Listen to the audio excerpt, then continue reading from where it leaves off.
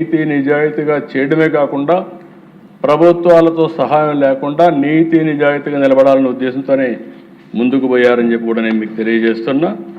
ఇక్కడ నిన్నే హెరిటేజ్ని తీసుకొచ్చి ఒక పక్కన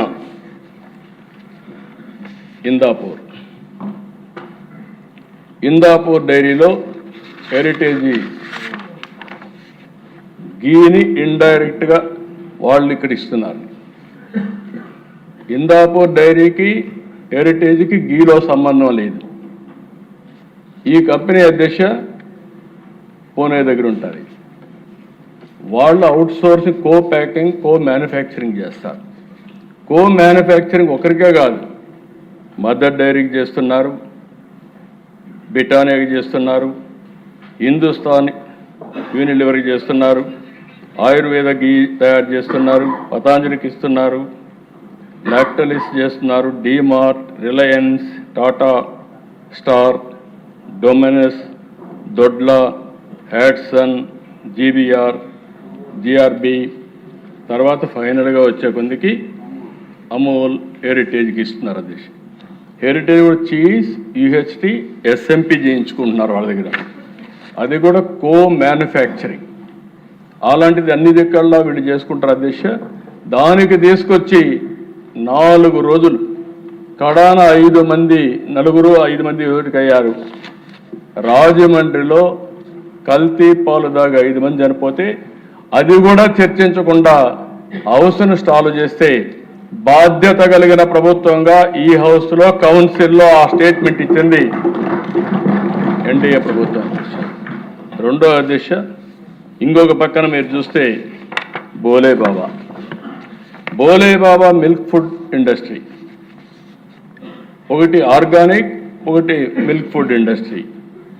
వీళ్ళు కావాలని చెప్పి రెండు కన్ఫ్యూజ్ చేసి బోలే బాబా మిల్క్ ఫుడ్లో వీళ్ళు పౌడర్ తీసుకుంటే దాన్ని కావాలని చెప్పి మాట్లాడితే వాళ్ళు we have never supplied ghee to TTD or any other temple in India అని కండెమ్ చేసి హెరిటేజ్తో ఉండే రిలేషన్ కూడా చాలా స్పష్టంగా చెప్తే అప్పటికి కూడా ఆపకపోతే దశ ఓసారి కంపెనీలు ఎట్లుంటాయంటే ఢిల్లీ హైకోర్టుకు పోతే ఢిల్లీ హైకోర్టు మొత్తం రికార్డ్స్ చూసి ఇమ్మీడియట్గా డైరెక్షన్ ఇచ్చారు. సాక్షికి, న్యూస్ పేపర్ సాక్షికి, టీవీకి అందరికి ఇచ్చి ఎట్టి పరిస్థితుల్లో మీరు ఇవన్నీ పబ్లిసైజ్ చేయడానికి వీలు లేదని చాలా స్పష్టంగా ఆదేశాలు ఇస్తే ఇప్పుడు తిరిగి దొడ్డిదారిన కౌన్సిల్కి వచ్చి చెప్తున్నారు. నేను ఒకటే చెప్తున్నా, హెరిటేజ్ ఎప్పుడు కూడా అలాంటి తప్పుడు పనులు చెయ్యం, చాలా స్పష్టంగా చెప్తున్నా. అందులో కూడా దేవుని సమస్య దగ్గర చీటింగ్ చేసే పరిస్థితి, తప్పులు చేసే పరిస్థితి ఉండదని చెప్పి కూడా నేను మీకు తెలియజేస్తున్నా. మీరు చేసిన తప్పుని తప్పించుకోవడానికి నాటకాలు ఆపండి, పవిత్రతను కాపాడండి, దేవాలయాల జోలికి రావద్దండి, హిందూ మనోభావాల్ని దెబ్బతీయద్దండి. మీరు డిఫరెంట్ ఆలోచనలు ఉండొచ్చు కానీ ఆ ఆలోచనలన్నీ ఇక్కడ జరగవు. ఆ విషయం మీరు గుర్తుపెట్టుకోవాల్సిందిగా మరొకసారి కోరుతున్నా. వాస్తవంగా అధ్యక్ష నేను మొదటి రోజున మీరు చూసుంటారు, ఆ రోజు రిపోర్ట్ వచ్చినప్పుడు యాక్షన్ తీసుకోవాలనుకున్నాం. యాక్షన్ తీసుకున్న తర్వాత ఒక రోజు నేను గమనే ఉన్నాను. ఉంటే తప్పు చేసిన వాళ్ళు మమ్మల్ని క్షమాపణ చెప్పమనే పరిస్థితికి వచ్చారు.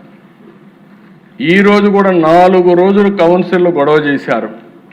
మేము చెప్పకపోతే నీతి నిజాయితీగా దేవుని మీద భయము భక్తి ఉండేవాళ్ళం మేము దోషులుగా నిలబెట్టి వీళ్ళు చేసే తప్పుడు ప్రచారాన్ని ప్రజల్లోకి తీసుకునే పరిస్థితికి వస్తున్నారు.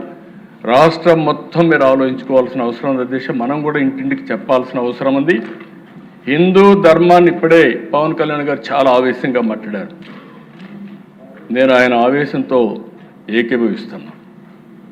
నేనేమంటున్నాను అధ్యక్ష, అన్ని మతాల్ని గౌరవించడం ఒక యాంగిల్, ప్రతి ఒక్కరి యొక్క మనోభావాలను గౌరవించడం ఇంకొక యాంగిల్.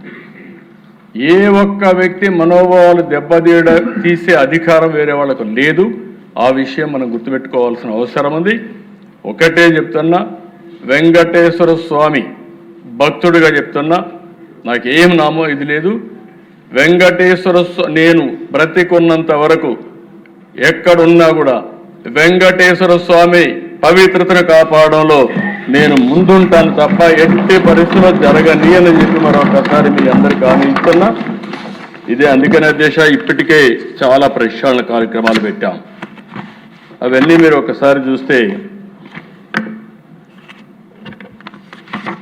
ఈ ప్రభుత్వం వస్తానే చాలా క్లియర్గా లడ్డు కానీ అక్కడ ఉపయోగించే ఆహార పదార్థాలన్నీ కూడా FSSAI ధృవీకరించిన తర్వాత కొనుగోలు చేస్తున్నాం. ఏఐ కూడా ఉపయోగించి ఎక్కడ కూడా నాణ్యత దెబ్బతినీయకుండా చూస్తున్నాం. ఇంకొక పక్కన భక్తులకు వడ్డించే అన్నప్రసాదంలో పాత దిట్టం వ్యవస్థను తిరిగి అమల్లోకి తీసుకొస్తున్నాం. అన్నప్రసాదం నాణ్యత రుచిపైన కూడా ప్రజలందరూ భక్తులందరూ చాలా వరకు హ్యాపీగా ఉన్నారు. క్యూ లైన్ సమీపంలో భక్తులకి 24 గంటలు పాలు అందించడం, అదనంగా 23 ఆహారపు కౌంటర్లు పెట్టి ఏర్పాటు చేశాం. PAC 5 వెంకటేశ్వర నిలయం వద్ద ఆధునిక వసతులతో అందుబాటులోకి వంటశాల తీసుకొచ్చాం. భక్తుల వసతి కోసం ఇచ్చే గదులు, కాటేజీలు, దర్శనం స్లాట్ ఆధార కేటాయింపులు తీసుకొచ్చాం. బ్రేక్ దర్శనాల నియంత్రణతో సాధారణ భక్తులకు పెరిగిన సమయం, రిస్క్ మేనేజ్మెంట్ సిస్టమ్ అమలు చేస్తున్నాం. ఆలయాల పునరుద్ధరణ కోసం TCSతో ఒప్పందం పెంచుకొని దేశవ్యాప్తంగా 200 వైష్ణవ ఆలయాలు పునరుద్ధరిస్తున్నాం. PAC 5 ఇందులో 5,000 మందికి అకామిడేషన్ ఉంది. అది మొత్తం 8,000 వరకు కూడా అకామిడేట్ చేసే పరిస్థితి వస్తుంది. చాలా సమర్థవంతంగా పనిచేస్తాం. అది కూడా ప్రారంభించాం. రద్దీ నియంత్రణ, క్యూ మేనేజ్మెంట్ తదితర అంశాల కోసం ఇంటిగ్రేటెడ్ కమాండ్ కంట్రోల్ సెంటర్ ఏర్పాటు చేసి 24/7 మానిటర్ చేస్తున్నాం. ఇది సక్సెస్ అయితే అన్ని టెంపుల్స్లో కూడా క్యూ మేనేజ్మెంట్ కోసం దీన్ని ఉపయోగిస్తామని చెప్పి కూడా నేను మీకు తెలియజేస్తున్నా. వైకుంఠ ఏకాదశి, బ్రహ్మోత్సవాలు, రథసప్తమి, ఉగాది వంటి పర్వదినాల్లో తరలి వచ్చిన లక్షల మంది భక్తులకి వాళ్ళ అవసరాలు ఏ విధంగా ఉంటో చూసుకొని అన్నీ కూడా నెరవేర్చడమే కాకుండా దర్శన భాగ్యం కల్పిస్తున్నాం.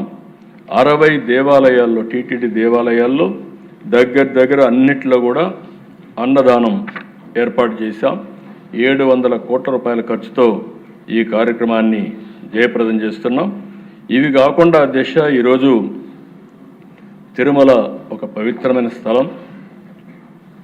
89.4% గ్రీన్ కవర్ ఉంది. ప్రపంచంలో ఎక్కడ ఇలాంటి గ్రీన్ కవర్ ఉండే ప్రాంతం ఉండదు. నేను ఎప్పుడు పోయినా కూడా రాత్రిలో ఎప్పుడైనా నేను రివ్యూ చేస్తానంటే ఫస్ట్ ఈ గ్రీన్ కవర్ గురించి, పచ్చదనం గురించి రివ్యూ చేస్తాను. ఒకప్పుడు మీరు చూస్తే కొండపైన అన్నీ కూడా రాళ్ళు ఇవన్నీ ఉంటే ఈరోజు పచ్చంగా చాలా బ్యూటిఫుల్గా వచ్చే పరిస్థితి వచ్చింది. ఇందులో 3.5 ఎకరాల్లో దివ్య ఔషధ వనం కూడా ప్రాజెక్ట్ ప్రారంభిస్తున్నాం. దీనిపైన ఇంకా కూడా ఏమేమి చేయాలనో అలాంటివన్నీ చేసి మొత్తం ముందుకు పోయే పరిస్థితి వస్తుంది. ఇది కాకుండా ఈరోజు FSSAI డైరెక్షన్స్ మేరకు ప్రతి 25 పోర్టు వర్కర్స్కి ఒక సూపర్వైజర్ మేరకు 34 మంది పోస్టులు కొత్తవి క్రియేట్ చేసి వాళ్ళని కూడా రిక్రూట్ చేస్తాం. మొత్తం ప్రక్షాళన ప్రారంభమైంది. ఈ ప్రక్షాళన ముందుకు తీసుకెళ్తాం. ఆ రోజు ఎన్టీ రామారావు గారు ప్రారంభించిన అన్నదానం, ఆ అన్నదానం ఈరోజు ఎంతమంది భక్తులు వచ్చినా ఎన్ని టెంపుల్స్లో కూడా అన్నదానం పెట్టే పరిస్థితికి వచ్చాం. దీన్ని కొనసాగిస్తాం. రెండోది నేనే ప్రారంభించాను ప్రాణదానం. ప్రాణదానం ప్రారంభించి తిరుమలకు పోయేటప్పుడు నా మీద దాడి జరిగితే సాక్షాత్ వెంకటేశ్వర స్వామి ప్రాణ పెట్టాడు. ఇది కూడా కొనసాగిస్తాం. దీనివల్ల తిరుపతిలో సిమ్స్ కానీ, రోయా కానీ, బర్డ్స్ హాస్పిటల్ కానీ ఇవన్నీ కూడా ఇంటిగ్రేట్ చేసి ఉన్నది. అది ఆ హాస్పిటల్ అన్నీ ట్రస్ట్లో వస్తాయి, కానీ ఇవి TTD ఆధ్వర్యంలో పెట్టి ఇవన్నీ కూడా ప్రాణదానం కింద మొత్తం ఇంటిగ్రేట్ చేస్తాం. రెండోది శ్రీవారి సేవకులు కూడా ఒక కాన్సెప్ట్ పెట్టాం. ఇప్పుడు శ్రీవారి సేవకులు చాలా బాగా పనిచేస్తున్నారు. వాళ్ళందరినీ ఇంటిగ్రేట్ చేసి దేవునికి సేవ చేయడం. శ్రీవారి సేవకులు ఇక్కడికి వచ్చినప్పుడే కాకుండా వాళ్ళ ఊర్లో కూడా టెంపుల్లో శ్రీవారికి వెంకటేశ్వర స్వామికి సేవలు చేయడం, వాళ్ళకందరికీ అక్రిడేషన్ మెయింటైన్ చేసి వాళ్ళని ఇక్కడ శ్రీవారికి సేవకు ఏదైనా అవసరమైతే వాళ్ళని ఉపయోగిస్తాం. విదేశాల్లో ఉండే డాక్టర్స్ని కూడా రమ్మని ఒక 4 రోజులు 3 రోజులు వారం రోజులు తిరుపతిలో పేషెంట్లకి ట్రీట్ చేసి మానవ సేవ మాధవ సేవ తర్వాత వెంకటేశ్వర స్వామి దర్శనం చేసుకునే పరిస్థితి వస్తుంది. దేశం మొత్తం 5,000 దేవాలయాలు, వెంకటేశ్వర స్వామి దేవాలయాలు, వైష్ణవ దేవాలయాలు కట్టే బాధ్యత తీసుకుంటాం. దాన్ని కూడా పూర్తిగా తీసుకెళ్తాం. అన్ని ముఖ్యమైన నగరాల్లో వెంకటేశ్వర స్వామి దేవాలయం ఉంటుంది. ప్రపంచంలో హిందువులు ఉండేది ఇక్కడంతా కూడా వెంకటేశ్వర స్వామి దేవాలయం ఉంటుంది. ఈ 4 ప్రోగ్రామ్స్ పెట్టుకున్నాం. అన్నదానం, ప్రాణదానం, శ్రీవారి సేవకులు, దేవాలయాల నిర్మాణం. ఈ 4 ప్రోగ్రాంలు పెట్టుకొని ముందుకు పోతున్నామని చెప్పి కూడా నేను మీకు తెలియజేసుకుంటూ, ఏది ఏమైనా వెంకటేశ్వర స్వామి పవిత్రత కాపాడుతాం. హిందూ మనోభావాల్ని కాపాడే బాధ్యత తీసుకొని ఈ ఎన్డీఏ ప్రభుత్వం ముందుకు పోతామని మరొక్కసారి విజ్ఞప్తి చేస్తూ నమస్కారాలు. Thank you.